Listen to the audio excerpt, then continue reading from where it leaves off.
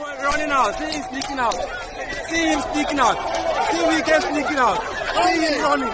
See him running. Ole! Ole! Ole! Ole!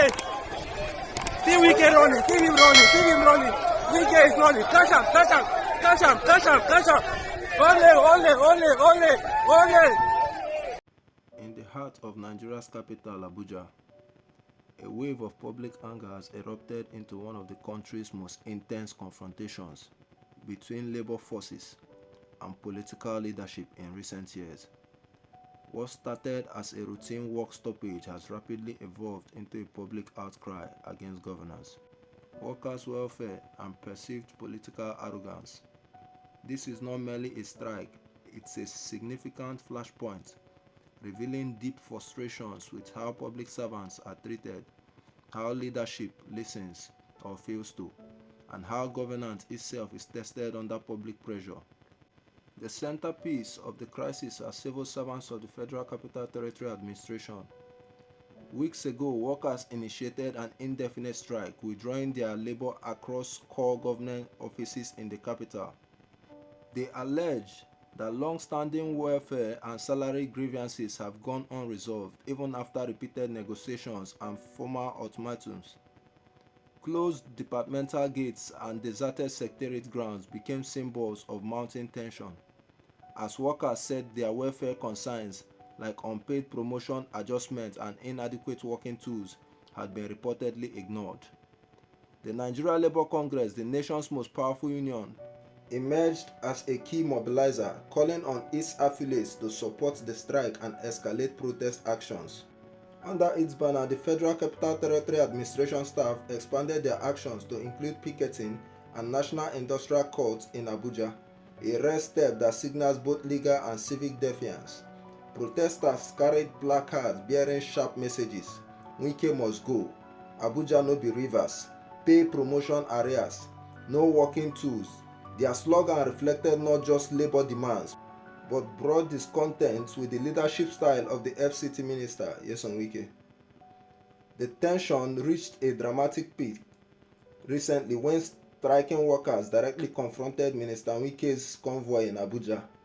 Videos circulated showing crowds, many chanting and visibly agitated, converging on the minister's motorcade, attempting to halt it. Security forces were deployed to clear the way as workers pressed their demand with intensity. Eyewitness accounts describe protesters shouting and closing in on the convoy, forcing Wike to cut short engagements and retreat amid sharply rising anger. Some reports even describe an attempt by workers to chase the minister from the front of his office, evidence of how far public frustration has escalated. Instead of de-escalating, Wike and the FCT administration took the matter to the courts. Allegedly, in a controversial move, the minister filed a legal suit against the striking workers at the National Industrial Court, accusing them of unlawfully blocking access to government facilities. However, the hearing is still pending. This legal tit-for-tat has underscored the political and procedural divides underlining the dispute. Workers feel unheard on essential welfare rights, while the leadership seeks to challenge the legality of protest actions. While the strike's core critics focus on welfare and unpaid entitlements, anger against Wike and his leadership has historical roots and predates this crisis. Earlier, civic campaigns accused him of controversial land allocations and profiteering off Abuja's real estate, sparking community outrage and calls for broader accountability. Such sentiments circulating in both physical protest and social media discourse suggests the current unrest taps into longer-standing suspicion about governance style, equity, and leadership transparency. Nyesom Wike is one of Nigeria's most high-profile political figures, former governor of Rivers State and now the Federal Capital Territory Minister under President Bola Tinubu's administration. His tenure has been marked by ambitious infrastructure projects and efforts to transform Abuja's urban landscape.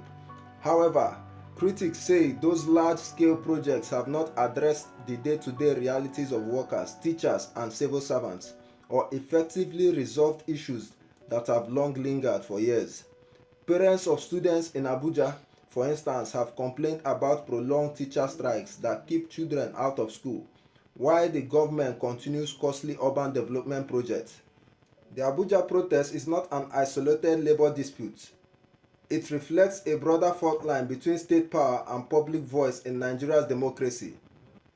It highlights how governance decisions, whether about salaries, lands, or development priorities, can trigger mass mobilization when people feel unheard. These protesters also underscore the role of labor unions and civic movements in shaping Nigerian politics, a dynamic seen in past movements such as End Bad Governance and other significant demonstrations. The question remains, will negotiations resume? Will the government respond with compromise or escalate enforcement? Can workers leverage union solidarity and public sympathy into tangible change? The outcome could shape not only Wike's political future, but how labor and government interact in Nigeria's capital and beyond. Let me know your thoughts in the comment section. Thank you for watching. I'll see you in the next video.